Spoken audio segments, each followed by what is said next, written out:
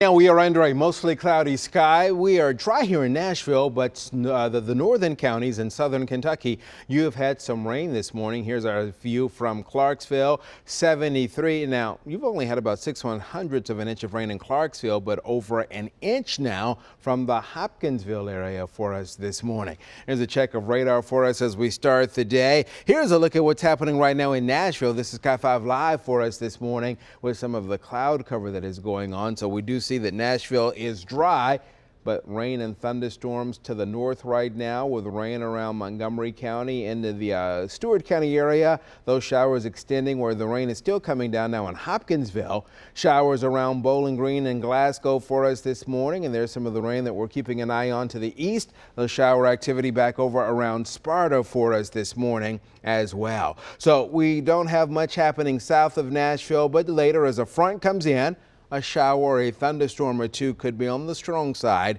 damaging wind gusts, heavy rainfall, maybe small hail would be our concerns there later today, but it won't be that way everywhere. It's not a widespread event for this afternoon.